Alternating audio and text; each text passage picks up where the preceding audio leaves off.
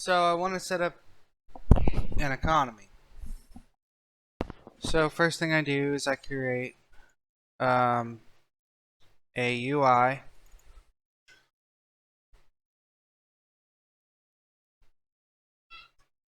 And this is based on your wood idea. So this is my test code for numbers, and basically on ready it's set to hello, and then it goes to the process. This just gets it ready. This doesn't do anything. In fact, I could probably delete this, but I'm going to keep it anyways. I can press play, and then I got it's set to seconds. Well, my process is every second or whatnot. So that's what's going on at this moment. Is every second I'm losing money.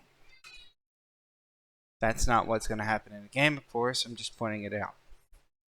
And I can change that process, obviously. So I want to spend money. So instead, label.setText equals space, which right now is 20. And I can create a variable called the cost. Let's say it is 200, and my space is 2000. I'm going to re-enable this money or wood. Let's do wood. And I'm going to label this wood. And tspace equals now wood. So that should change to 2000. And what I want to do is every time I press the space bar, wood is going to be subtracted by wood equals wood minus cost.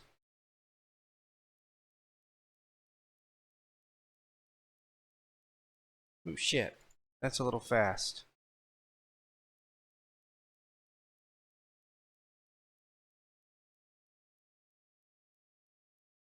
Wood equals wood minus cost, and we want to normalize it.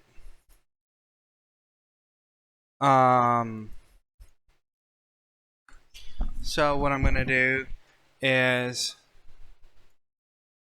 if cost is greater than wood or less than wood, if cost is less than or equal to wood, then we can spend it.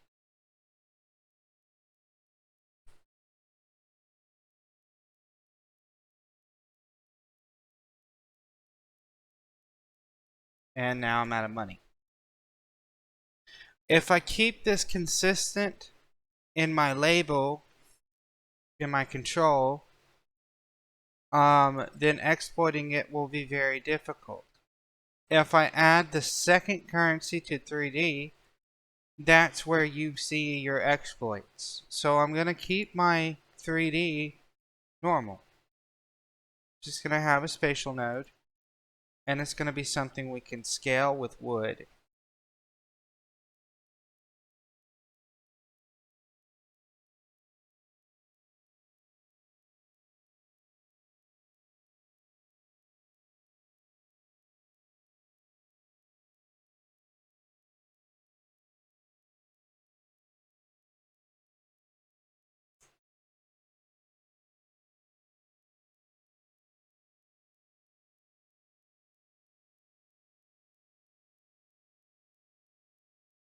Okay. And obviously we want to change the color of our label to see it.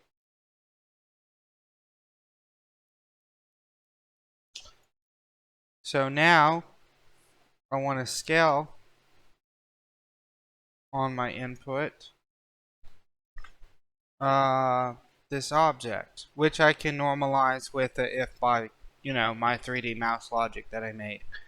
So let's, but for now, we're going to keep it with based on input. So I'm going to say scale by wood. So I'm going to look for that. So I'm going to look for the object I want to scale. So I'm going to need a variable in my process because it can't find parents in outside of a process. So I'm going to get parent variable that object, which is scalable by wood. So it'll be that object. I'm just going to call it object. Nope, that's not a thing. Object underscore s. There we go. Equals. I'm gonna go ahead and get the parent. I don't need to do it this way. Dot get child. Why? Because my number is saved in here, of course. And then I'm gonna find that. That's gonna be my first child. Or in the index, my first child. And then I'm gonna do object dot s dot scale equals object dot s dot scale. And we're going to say plus vector 3 because scales are by vectors.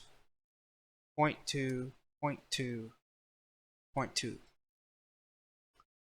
And at this point, I should get a cost and I should get a number.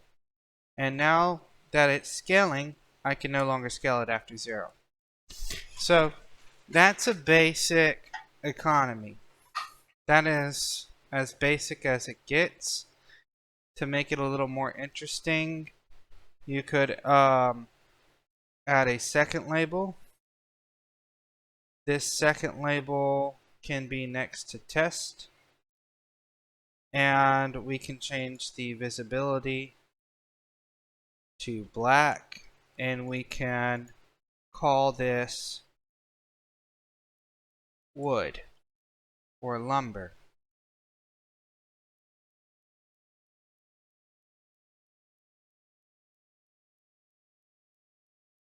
Obviously, at that point, you can just move both of these.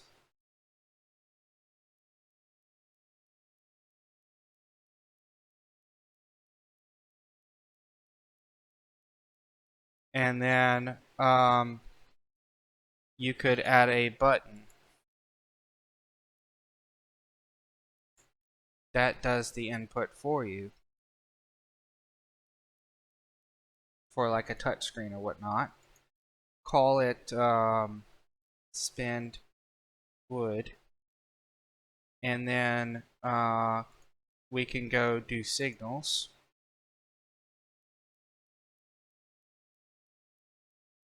And on button pressed, we're gonna do this this function right here.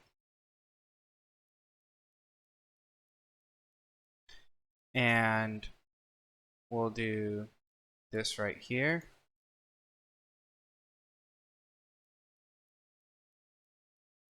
And we'll copy this if statement here.